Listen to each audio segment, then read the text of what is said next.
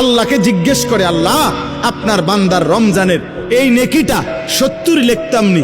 আল্লাহ বান্দার দিকে তাকাইয়া যখন দেখে গুনাহ থেকে মুক্ত, আল্লাহর জিকিরে তার জিহ্বা ভিজা, আল্লাহর মহব্বত তার কলিজার মধ্যে, সুন্নাত মোতাবেক তার জীবন, আল্লাহ তখন বলে না 70 না 700 লেখো, 700, 7,000 লেখো, 70,000 লেখো, 7 লক্ষ লেখো, 70 লক্ষ লেখো, 7 কোটি লেখো, 70 কোটি লেখো, 70,000 কোটি লেখো। এক সেজদা, এক সেজদা, একবার সুবহানাল্লাহ বললে আল্লাহ বলে লেখো 70,000 কোটি সুবহানাল্লাহ লেখো। কোন বেলায় আল্লাহ মহব্বতের জোশে, আল্লাহ তার মায়ায় আল্লাহ বলে, ফেরেশতা তুমি লিখো না, সাআকতুবু, আমি আল্লাহ নিজেই লিখবো।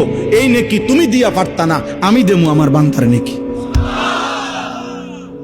বলেন বাপ, বলেন।